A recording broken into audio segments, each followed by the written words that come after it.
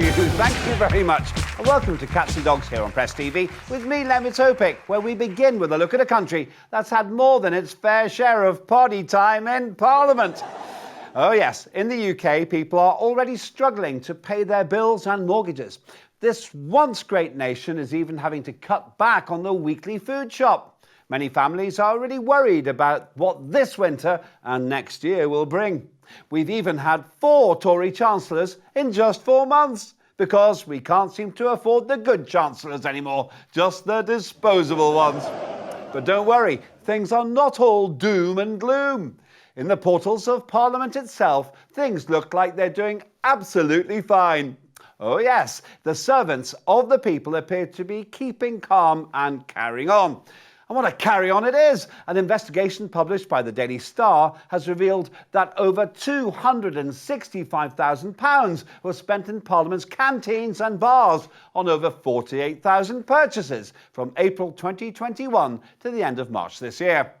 That means over £250,000 has been spent on very reasonably priced booze and food in Parliament in just 1 year. British MPs, parliamentary staff and others have dug deep to do their best to support the creaking economy by downing hundreds of bottles of champagne, thousands of bottles of wine and tens of thousands of bottles of beer and ciders. All this bargain basement boozing arises at a time when many Brits are choosing between heating and eating. Are these the perks of privilege, you ask? And does it expose them to the risk of being offered a poisonous cup of coffee?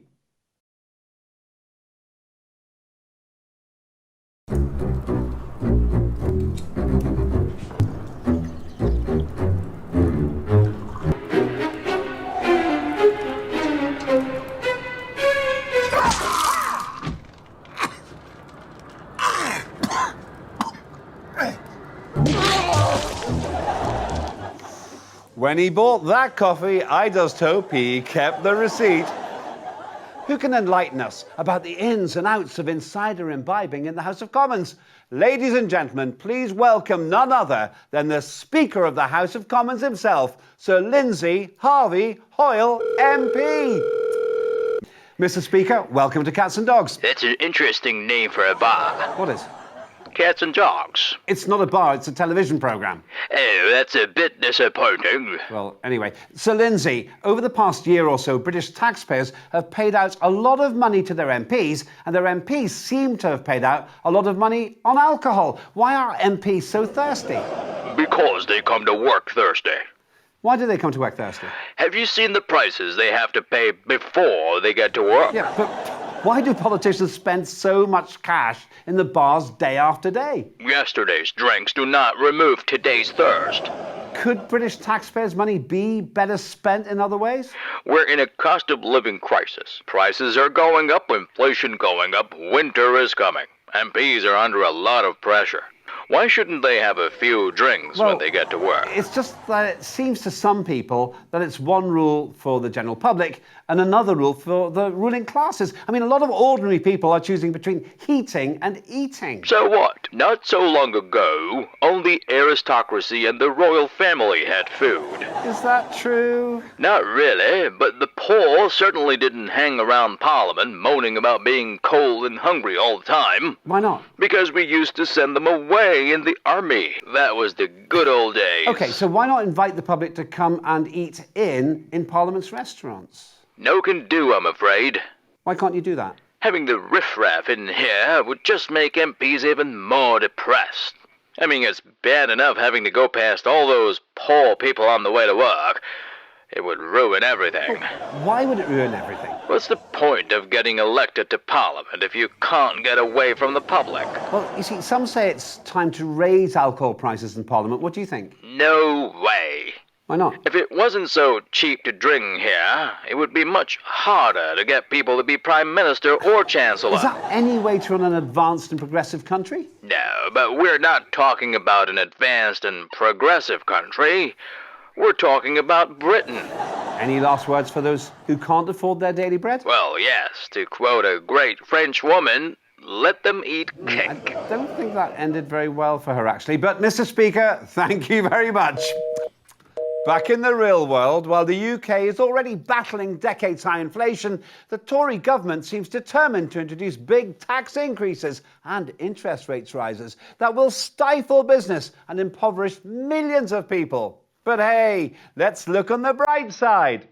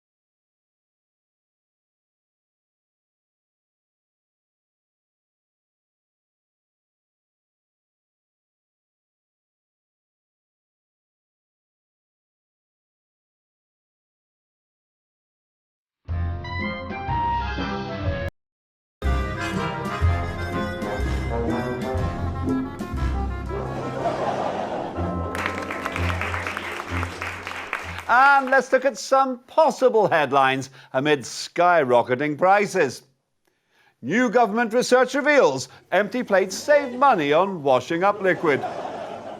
Food shortages at last. It's just what Big Belly Britain needed. And as winter approaches, ministers recommend new snow diet. It's low-fat, high-fluff and tax-free. In other news that some found equally hard to swallow, across the pond, Donald Trump made the least surprising announcement ever when he launched his White House bid for 2024.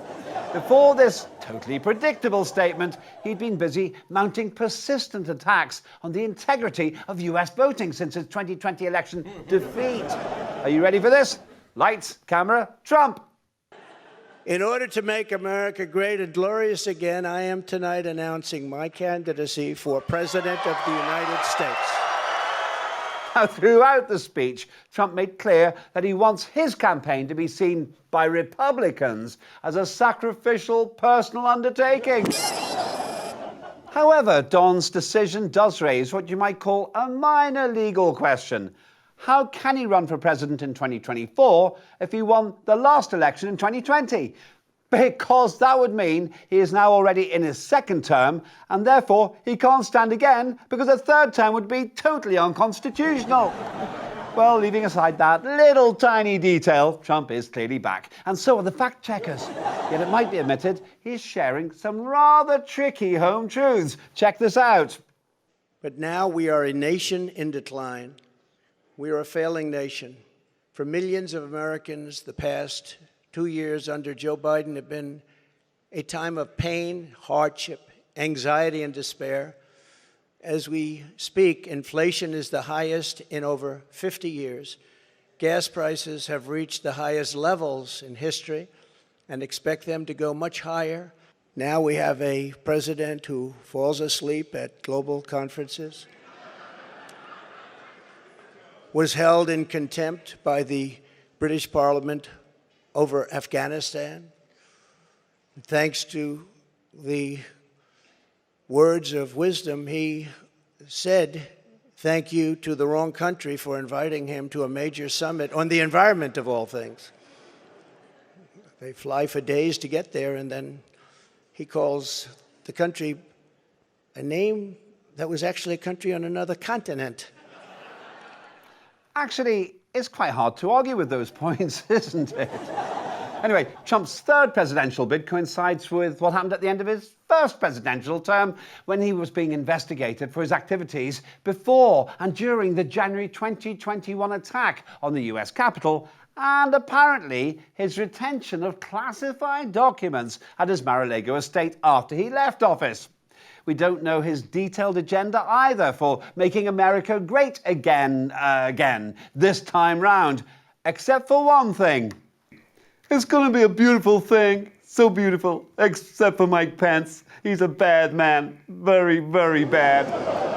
That's all for this week. Join me again next time to find out if Trump really is going for it, if Biden remembers he's going for it as well, and if anyone under 70 years old will go for it too. That's all with me, Lembit, here on Press TV.